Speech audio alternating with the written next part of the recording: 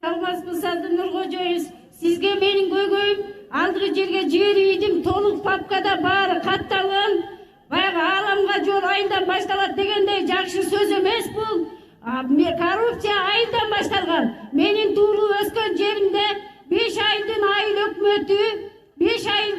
өкмөтү эч кандай иштебейт, эч каралбайт. Жумашев Жиналбек Кубанычбекович 10 жылдан бeri, 8 жылдан бeri отурат айыл башчы болуп. Эч кандай эчтеке, эч жылыш жок. Жадагаса салынып келаткан садик бүтпөй турат. Өзүңүз айткандай илим сабагы бала бакчадан башталат демекчи. Эч кандай бүтпөй турат. Азыр ушул тапта мына эч кандай фап жок.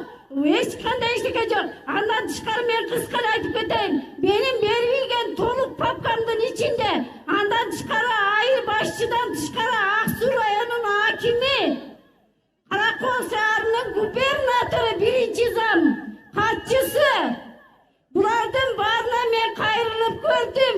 Урматтуу Садыр Нуркожоевич, кайрылсам булар баары бир экен. Эч кандай аким да иштебейт, эч кандай губернатор да иштебейт. Барса эч кимдин көйгөйүн чечпейт. Булар деген акчанын баарын бөлүштүрүп, сыртка малын тойлоп коюп жүрүшөт.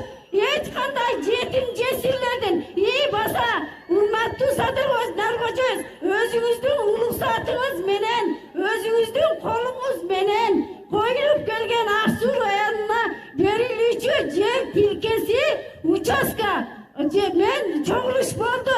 Чогулушта сурадык. Бул тилке кимдерге берилет десек, айыл өкмөтү айтты. Жетим жесирлерге, инвалидтерге деди. Эми ушуну сөзсүз бир карап койсоңуз, бул эч кимдерге жемкорлук менен чоңдорго, куттан иштегендерге, аким, губернаторлордун туугандарына бөлүнүп кетет. Макул, көзөмөлгө алам муну. Көзөмөлгө алабыз.